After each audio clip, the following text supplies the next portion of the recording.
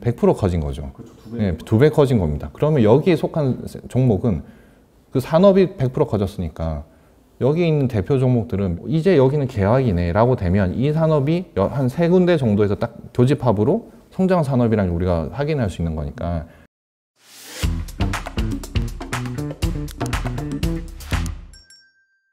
아까 방금 말씀하신 그 중요한 포인트를 말씀해 주셨는데 2018년장은 사실 뭐 조금만 올라도 네. 팔아야 되는 그런 장이고 네, 네. 지금 장은 아니다라고 네. 말씀해 주셨는데 그게 이제 어떻게 보면은 네. 큰 매크로 사이클 관점에서 예. 이게 경기가 약간 꺾이는 구간이고 네. 회복되는 구간이고 그거에 좀 차이가 있는 것 같아요. 네, 맞습니다. 그래서 일단 그런 또 책에도 보시면은 그 시장 흐름을 판단함에 있어서 여러 가지를 봐야 된다라고 하셨는데 그럼 개인 투자자가 뭔가 네. 시장 흐름을 판단함에 있어서 네. 뭐 이러한 경제 지표라든지 네. 아니면 특정 뭐 봐야 되는 그런 지표가 있을까요?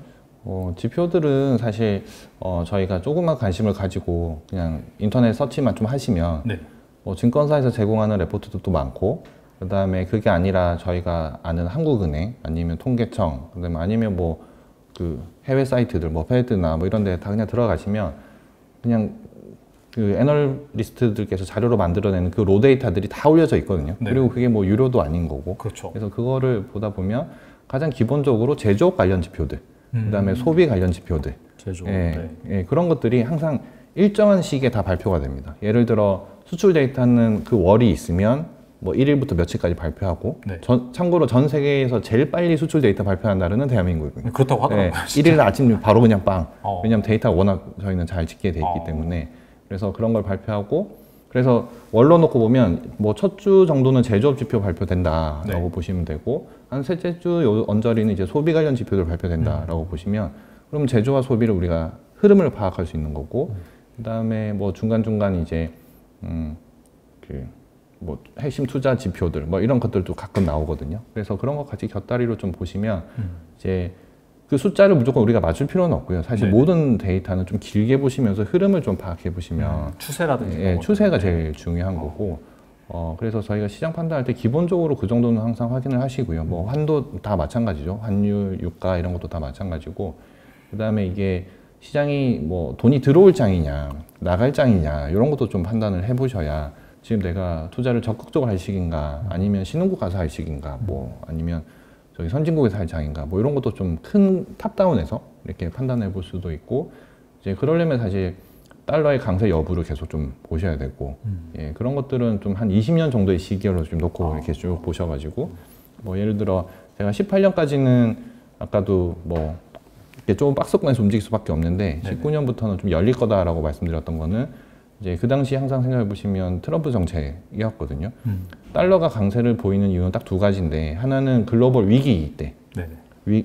달러가 강세 중심으로 가고 그렇죠. 안전자산 예. 상황 때문에. 그다음에는 미국 중심의 정책을 쓸 때 그게 대표적인 게 이제 트럼프였죠.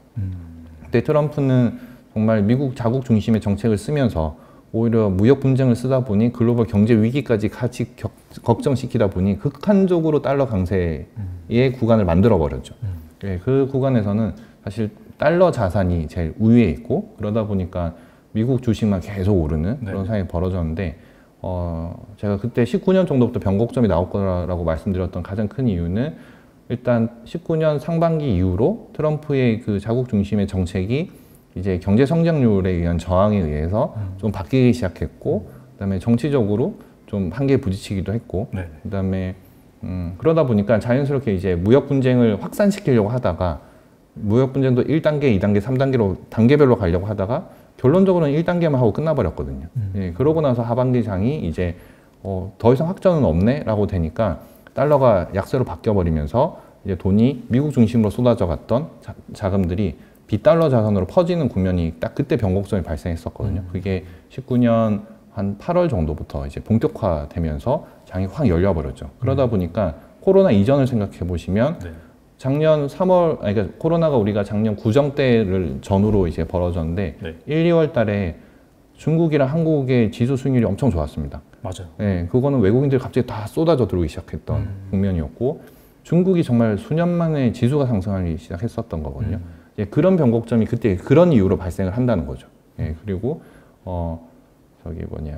글로벌 GDP 비중만 네. 봐도 제가 책에도 이제 그런 표들을 넣어놨었는데 한 20년치 글로벌 GDP 비중을 보다 보면 전 세계 GDP는 당연히 한 20년 동안 계속 성장을 했거든요. 앞자리만 봐도 거의 더블 성장을 했었어요. 경제 규모 자체가. 근데 미국 GDP 비중은 20% 중후반에서 20% 초반까지 빠지는 와중에 중국의 비중은 5% 있던 게 18%까지 쫙 올라가거든요. 네.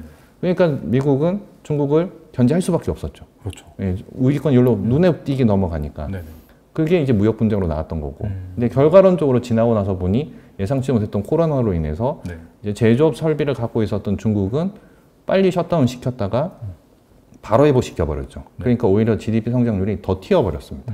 그리고 트럼프는 이미 임기가 끝나버렸고, 그렇죠. 그러다 보니 중국 위로 더 가버렸던 이슈가 발생했던 게 2020년까지였거든요. 이제 그런 흐름들을 저희가 좀 긴 시기열로 보면 시장의 변곡점을 좀 찾아내고, 그래서 아까 제가 달러가 강세에서 약세로 바뀌는 국면, 그럼 돈이 아시아로 들어올 국면, 중국이 오를 때 한국도 되고, 그럴 때 우리는 뭐 한국의 대표 기업인 삼성전자를 의미 있게 실른다, 뭐 이런 패턴의 변곡점을 찾는 매매를 이제 그 좀 전에 하셨던 그 질문의 연장선에 결론적으로 그렇게 대응을 하는 게 투자법으로 연결이 될 거거든요. 그래서 이제 이런 데이터들, 그러니까 주기적으로 발표되는 그 지표들은 항상 그냥 이래저래 체크하시면 되는 거고, 그다음에 그냥 가끔 긴 시기열로 차트를 한번 쑥쑥 그려보시면, 안 그리셔도 돼요. 사실 뭐 구글이나 네이버나 금융 그 카테고리들이 있잖아요. 네. 거기에서 뭐 달러만 쳐도 그러니까 장기 시기열의 차트들이 나오거든요.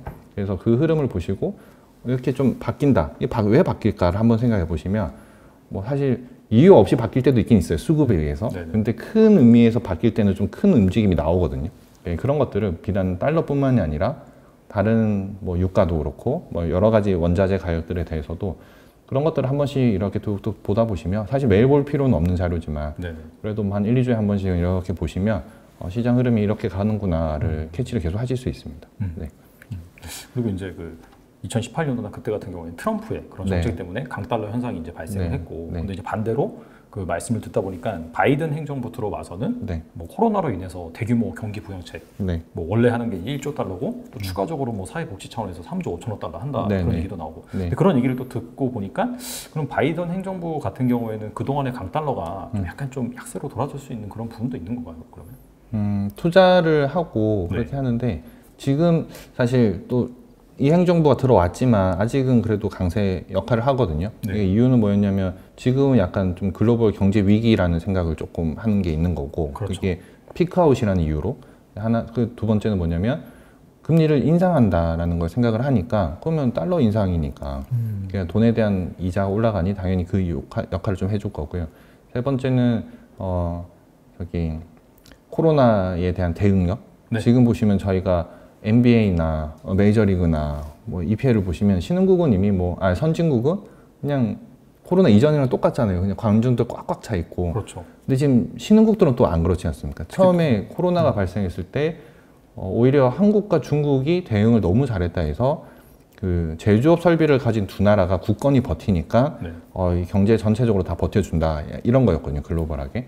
근데 시간이 지나고 보니 우리는 아직도 지금 이러고 있는 상황이고, 선진국은 백신 한 번으로 다 역전시켜버린 거예요. 그러니까 이제 선진국은 지금 제조업 설비는, 지금 이 코로나 사태는 리만도 아니고 전쟁도 아니기 때문에 부도 나서 없어진 기업이 없는 거거든요. 생산 설비는 온전히 있는 건데, 결국은 이거는 이제 가동을 시켰냐 안 시켰냐의 그 차이인 거고, 한국은 공장을 끈 적이 없고 중국은 셧다운 시켰다가 바로 가동시켜 놓으니까 경제 성장률이 오히려 작년에 더 올라가 버렸어요. 그러니까 이제 상대적 달러 대비 상대적 통화의 그 강세로 더 좋아졌고, 두 번째는 유럽이 또 살아났거든요. 그러니까 유로화 강세, 달러 약세. 그러니까 달러 인덱스의 65%는 유로화니까. 그렇죠. 그런 와중에 위에 있다가 코로나 백신 그냥 뭐 마스크 안 쓰네 뭐 별 얘기 다 하면서 계속 힘들어하던 미국이 백신 다 맞고 한 번에 다 뒤집어 버리고 이제 고용되기 시작하고, 코로나 이전 19년과 비교했을 때 가처분 소득이 다 회복돼 버렸어요. 네.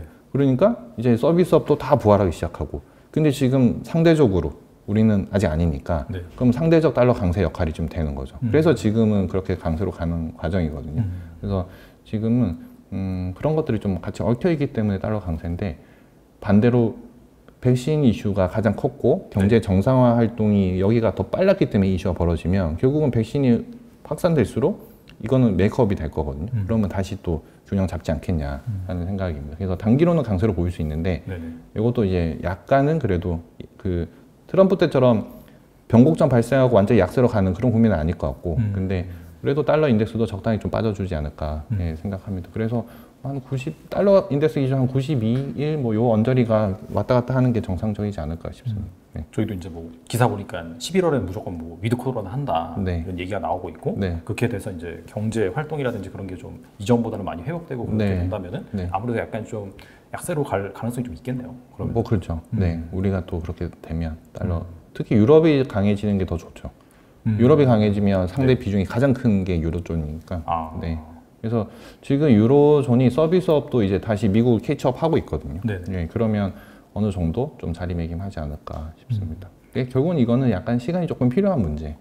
예. 백신 보급이 확대가 되고 좀 경제가 좀 네, 활성화가 네, 돼야지 될 만한 네, 그런 이슈고 그렇습니다. 네. 근데 사실 그렇게 뭐 유럽이라든지 뭐 미국이라든지 그렇게 회복이 되고 하면 우리나라 같은 경우에는 또 수출 주도형 국가이기 때문에 네. 좀 그런 부분에 있어서 아무래도 네. 좀 긍정적인 부분이 네, 있겠네요. 네, 맞습니다. 그리고 저게 지금 선진국은 순서가 우리랑 좀 다른 게 네네. 고용을 시키고 고용이 되니까 소비를 진작시키고 진작되면 또 이제 우리가 필요 재화를 또 활동을 하니까 결국은 지금 다시 살려놓은 이 수요 그러니까 결국 소비가 네네. 제조업의 수요를 발생시켜 버릴 거거든요. 그럼 다시 또 이렇게 선순환을 가게 만들 거라서 예, 지금은 약간의 병목 현상들로 인해서 예, 예. 수요 산 것보다 제조업이 못 쫓아가는 건 맞습니다. 그게 약간 수요 쪽이 더 올라가 있긴 해요. 근데 이 병목 현상은 또 시간이 가면 좀 줄어들 거고 그다음에 수요가 계속 강하면 제조업은 당연히 가동을 계속 높여줄 거니까 쫓아가면 이건 사실 이 갭을 메우는 이 과정이 백신 때문에 일시적으로 탕탕 틀어지는 과정들이 있긴 있었지만 지금은 이제 이 백신이라는 게 쭉 퍼져서 경제 활동이라는 게 좀 정상화가 글로벌리 좀 수렴되면 그러면 같이 붙어서 이제 좀 더 안정화되지 않을까 예, 그렇게 생각을 하고 지금 이 구간에서는 뭐 원자재든 환이든 뭐 모든 것, 뭐 제조 가동률 뭐 이런 모든 것들이 코로나로 인해서 약간의 조금씩 깨졌던 그 병목들이 다 여기저기 우후죽순 막 나오는 것들 때문에 뭐 약간 틀어져 있는 것들인 거거든요. 요거는 좀 수렴되지 않을까 이렇게 생각합니다. 그러다 보니까 제가 아까도 말씀드린 뭐 한국은행이나 뭐 이런 산업통상자원 네. 이런 수출 데이터 다 나와 있습니다. 그런데 네네네. 이게 들어가서 보시면 일단 시대 일등주를 찾을 때는 뭐 여러 가지 경로가 있는데 그 여러 가지 경로가 이것도 보고 저것도 봤는데 겹쳐지면 교집합이 생기면 더 논리는 강화되는 거거든요. 아, 예를 들어서 수출 데이터가 뭐 네. 어느 A 섹터가 좋다 그랬는데 뭐 다른 지표도 보니까 또 A 섹터가 또 좋다고 뭐 그런 거 말씀하시는 그런 거죠? 것들인 거죠. 그래서 뭐 예를 들어 제가 책에 써놓은 거는 그 섹터 비중을 보자였어요. 처음에는 뭐냐면 이거는 뭐 MSCI 기준 아니면 한국도 긱스 기준 이렇게 해가지고 네. 각 그 주가로 보면 산업이 있고 그걸 우리가 섹터라 부르고 네. 섹터의 비중들이 다 있습니다. 그래서 그거를 제가 2000년부터 이렇게 쭉 한 20년치를 해놨는데 매년 걸 사실 보실 필요도 없고요. 그냥 뭐 한 3년 단위, 5년 단위 뚝뚝뚝 끊어서 보시면 예를 들어 이제 뭐 한 2, 3년 전에 봤던 섹터 비중이 예를 들어 1%다. 근데 지금 지나고 나서부터 2% 돼 있다. 네. 한 3, 4년 만에 섹터 비중이 한 2% 된 거죠. 그러면 섹터가 1에서 2가 돼서 아니 뭐 1%인데 2%인데 이게 아니라 100% 커진 거죠. 그렇죠. 두 배는 네, 거죠. 2배 커진 겁니다. 그러면 여기에 속한 종목은 그 산업이 100% 커졌으니까 여기 있는 대표 종목들은 몇 배가 난 거거든요.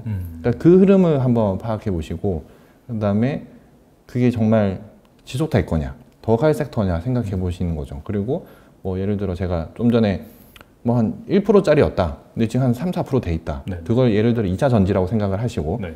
그다음에 우리나라 수출 데이터를 봤더니 그동안 수출 데이터에 안 잡히던 섹터가 하나 딱 잡혔는데 두 개가 사실 잡혔어요. 그게 2차 전지랑 바이오 섹터거든요. 네.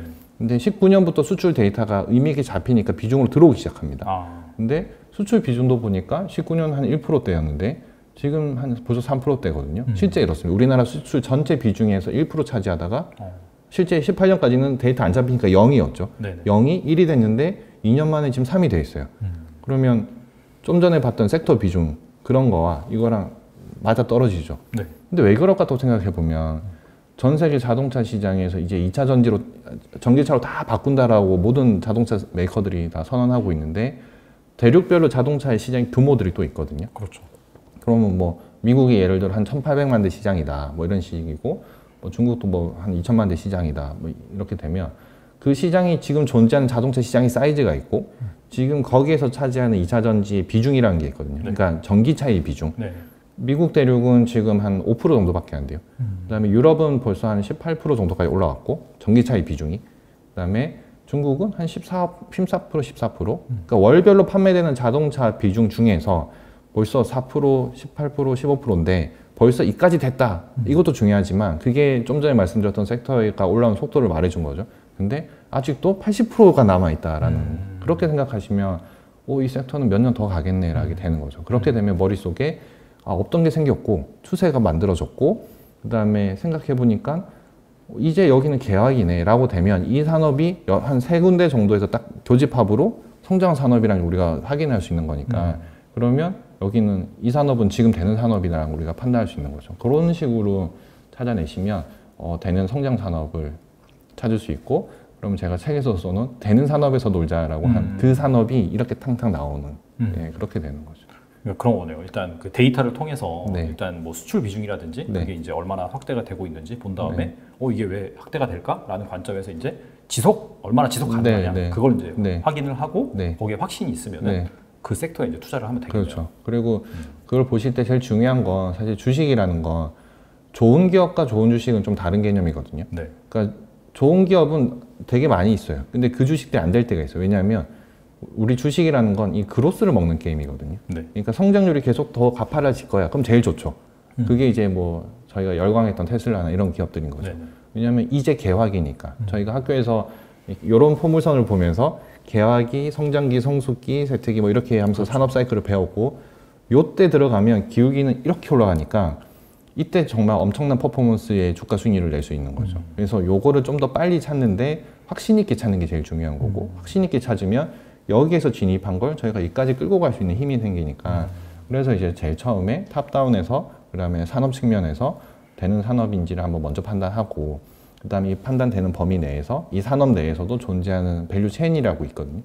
그러니까 이 산업에서의 공급망의 유통 체인인 거죠. 원재료부터 완제품까지. 네. 이 기업 속한 기업들은 다 정리가 돼 순서가 다 있을 거고 이 중에서 정말 좋은 기업을 또 옥석 가리게 해가지고 이 되는 산업에서의 이 대장주를 의미 있게 사는 게 이제 시대 일등주를 투자하는 방법이라고 저는 생각을 하고 이제 그 방법적인 걸 좀 정리를 했던 거예요.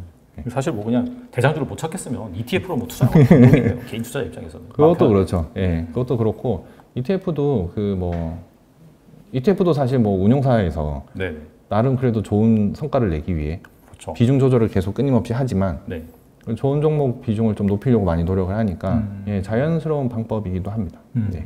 어차피 저희가 퇴직연금은 개별 종목을 못 사니까 아, 그렇죠. 네. 네네. 그럼 ETF 매매할 때 이런 방향성이 확실한 산업에 속한 ETF를 좀 의미 있게 담으시는 것도 방법론.